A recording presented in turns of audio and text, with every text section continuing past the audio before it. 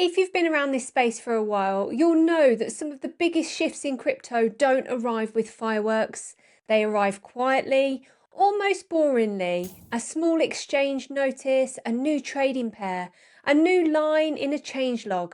And yet sometimes those quiet updates tell you more about where the industry is heading than any price candle ever could. So today we're going to talk about one of those moments. Because Binance has now integrated Ripple's new stablecoin, RLUSD, directly on the XRP Ledger. Deposits are live, withdrawals are rolling out, trading pairs are open. On the surface, that sounds routine, but I don't think it is. If you're new here, welcome. My name's Paula, and on this channel we talk about crypto in a balanced, grounded way. No hype, no wild price predictions, no this is going to moon tomorrow energy. Just real conversations about what's happening, why it might matter, and how the bigger pieces connect. Because crypto doesn't move in isolation. Regulation, liquidity, geopolitics, macro policy, all of it feeds into this market. And stablecoins? Stablecoins are the plumbing underneath all of it. So let's zoom out properly. First, what actually happened? Ripple launched RLUSD, its USD-backed stablecoin with a clear focus on regulatory compliance, fully backed reserves, transparent structure, designed to be institution-friendly. Initially, RLUSD rolled out across multiple exchanges, including names like Kraken, Bitstamp, and Gemini. It also launched across multiple chains, starting with Ethereum before expanding to XRPL. That multi-chain strategy is important. Ripple didn't just say, here's our stablecoin, only use it on our ledger. They said, we're going to meet liquidity where it already exists, and then connect that liquidity back to XRPL. That's a very different approach from trying to force adoption inside a silo. Now fast forward to Binance completing support for RLUSD directly on the XRP ledger. And this is where it gets interesting, because Binance doesn't casually integrate new chains at the infrastructure level. Listing a token is one thing, supporting deposits and withdrawals natively on a specific blockchain is something else entirely. It requires coordination, technical support, wallet infrastructure, liquidity management. So when Binance supports RLUSD on XRPL, it's not just saying you can trade this. It's saying you can move this, you can settle with this, you can use this inside our liquidity engine. And stablecoins are not just trading tools, they're settlement layers. Let's be honest about the current stablecoin landscape. It's dominated by two giants, Tether, which issues USDT, and Circle, which issues USDC. Between them, they represent the overwhelming majority of stablecoin volume globally.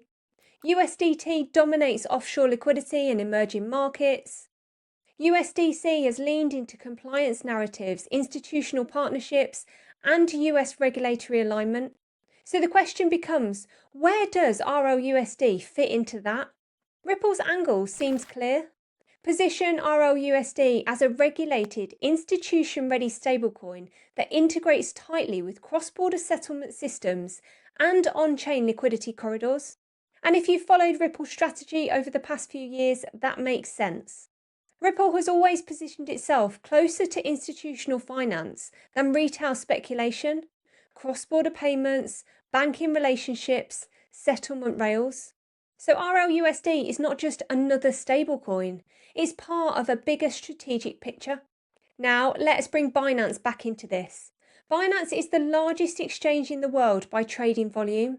When Binance integrates a stablecoin, it immediately gains access to deep liquidity pools and a global user base. But Binance is also navigating an increasingly complex regulatory environment. Exchanges globally are under pressure, stablecoins are under scrutiny, governments want clarity, central banks want oversight. In Europe, MiCA is already live. In the UK, stablecoin frameworks are being formalised. In the United States, lawmakers continue debating federal stablecoin legislation. So timing matters. Ripple launching a regulated stablecoin and securing major exchange integrations early suggests this isn't reactive positioning, it's proactive. It's building before the final rulebooks are written. And that is where I think the real story sits. Because we're entering a phase of crypto where infrastructure will matter more than narrative. In the early years, narrative drove price, hype cycles, memes, community energy. Now, liquidity corridors, regulatory clarity, compliance structures, and exchange partnerships will decide who survives. Stablecoins sit at the centre of that. Every trade on Binance touches a stablecoin at some point. Every leveraged position settles in stablecoin collateral. Every liquidity pool in DeFi relies on stablecoin pairs. Stablecoins are the grease that keeps the machine moving. So when Binance integrates RLUSD on XRPL, it creates a new liquidity pathway. RLUSD can now move natively on XRPL into Binance's ecosystem. New trading pairs like XRP RLUSD can form deeper order books. Zero-fee promotions can bootstrap activity. And here's a subtle part people miss. If RLUSD usage grows on XRPL, transaction volume grows on XRPL. Every transaction burns a tiny amount of XRP as a fee. That's not hype, that's protocol mechanics. Does that automatically mean price appreciation? No. But it does mean activity and utility increase together. And utility is what long-term narratives are built on. Now let's zoom out even further. Why are stablecoins such a big geopolitical issue? Because they represent private digital dollars.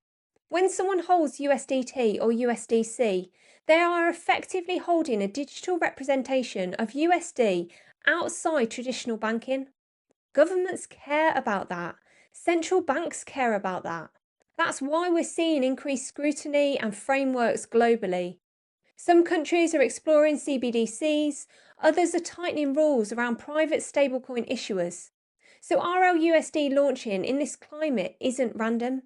It's positioning Ripple as part of the regulated solution rather than part of the regulatory problem. And Binance integrating RLUSD at this stage suggests confidence that RLUSD will operate within emerging frameworks. Now, here's the balance part. Integration does not equal adoption. Plenty of tokens get listed, plenty of chains get supported. What matters is volume, settlement usage, institutional flow. Will traders choose RLUSD over USDT?